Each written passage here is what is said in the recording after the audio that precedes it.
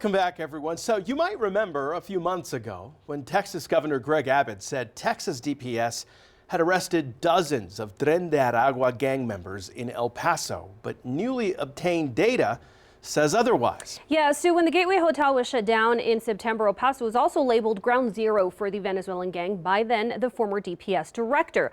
While ICE is making a large number of those gang member arrests in recent crackdown efforts, records show DPS hasn't made any in El Paso in the latest few years. Here's what I found. El Paso was thrown into the national spotlight in September when the former Texas DPS director and Governor Greg Abbott made some big claims about the presence of Tren de Aragua gang members. El Paso, Venezuela is really ground zero at that point. One, because they continue to support the Juarez-related gangs. These comments were made after the Gateway Hotel downtown was shut down by the El Paso County Attorney's Office because it was in violation of city codes. The hotel was also accused of allowing illegal activity involving Tren de Aragua.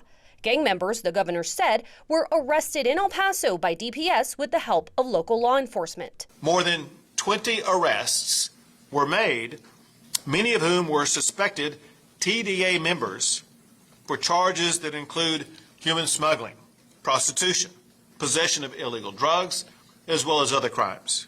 But DPS records obtained by KFOX 14 don't reflect arrests made by Texas troopers during the time when the Gateway Hotel was shut down. They show that from September 1st of last year to the beginning of October, 0 suspected TDA gang members were arrested by DPS. In fact, the records also show there were 0 arrests of suspected TDA gang members in El Paso by DPS in the last 4 years. Governor Abbott, in that same press conference, also mentioned that proving gang affiliation of a person arrested is difficult, something DPS is working on.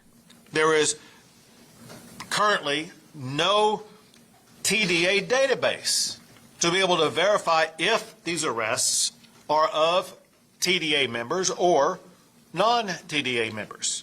And the El Paso Police Department confirms that while the department made arrests during the hotel incident for other crimes, a spokesperson says the department did not arrest any confirmed TDA members at the time.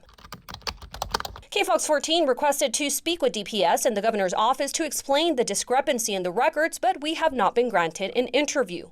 The El Paso Police Department maintains that Tren de Aragua does not pose an imminent threat here. El Paso is a safe community overall where we're at right now.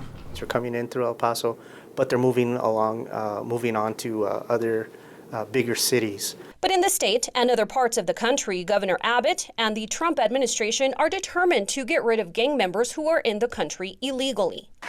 I directed the Texas Department of Public Safety to dispatch strike teams to root out and destroy Tren de Aragua in the state of Texas.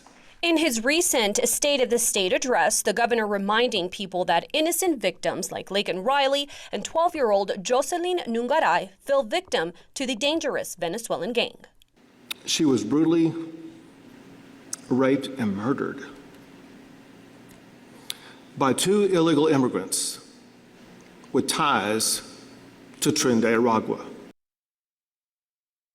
So the records I requested also showed that in the last 4 years, DPS has made more MS-13 gang arrests than it actually has Tren de Aragua arrests.